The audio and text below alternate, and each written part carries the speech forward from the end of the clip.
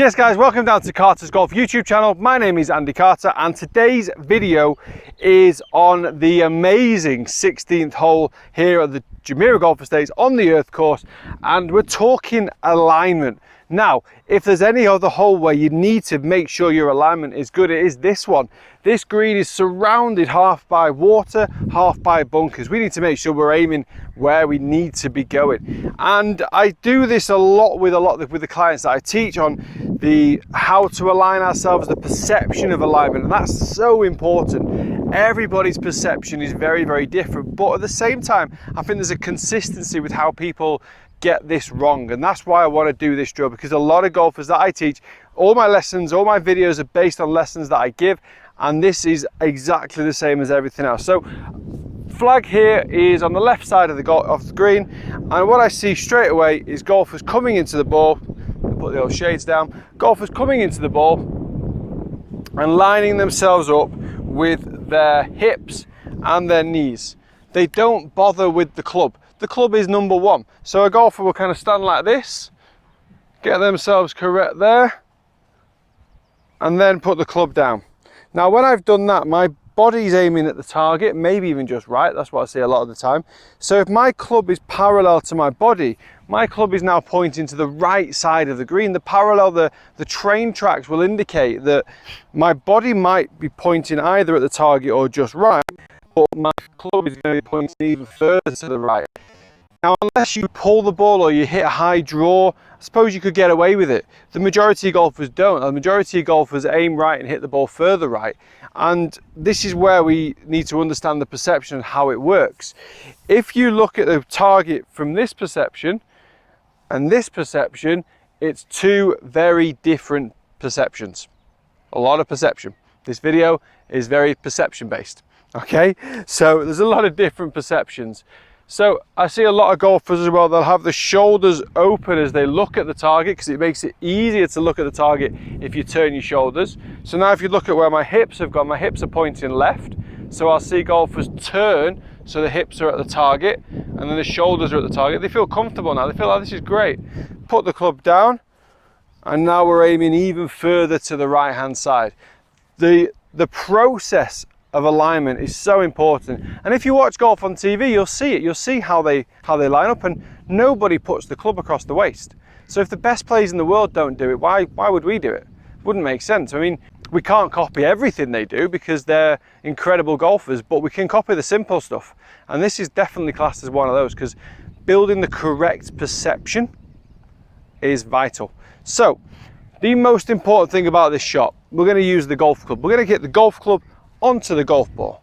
That, at the end of the day, is the most important. To be honest with you, I could aim my feet in this bunker on the left here, and as long as my club comes through straight at impact, the ball's probably going to go quite straight relative to my target.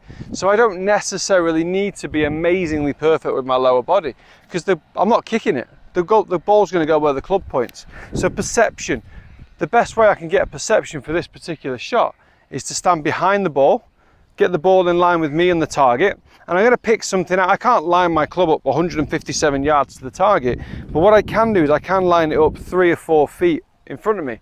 Anything from 3 or 4 inches in front of me, to be honest. So I always put the club up into the air. I kind of close one eye, so get the club looking through the middle of the golf ball and going through the target as well. And then I'll open my other eye and I'll see something in between, which is this beautiful piece of grass there, bit of mud grass even. And when I come into the ball now, I'm going to be obsessed with making sure that club is pointing at that beautiful piece of mud grass. Okay, that is all I'm trying to do, because if I get this lined up correctly, then it's lined up correctly to the target. That's vital. Once I've got my club set and I've got it sat as it should be sat, with the shaft of the club approximately 50 degrees relative to the ground, the leading at the club head itself pretty flat to the ground, maybe the leading at the toe side just slightly up, I'm then going to take my grip. Now I'm going to make sure that my chest, my stomach and my hips are square on, okay, are square on to the club. Once I've done that, I can then take my stance.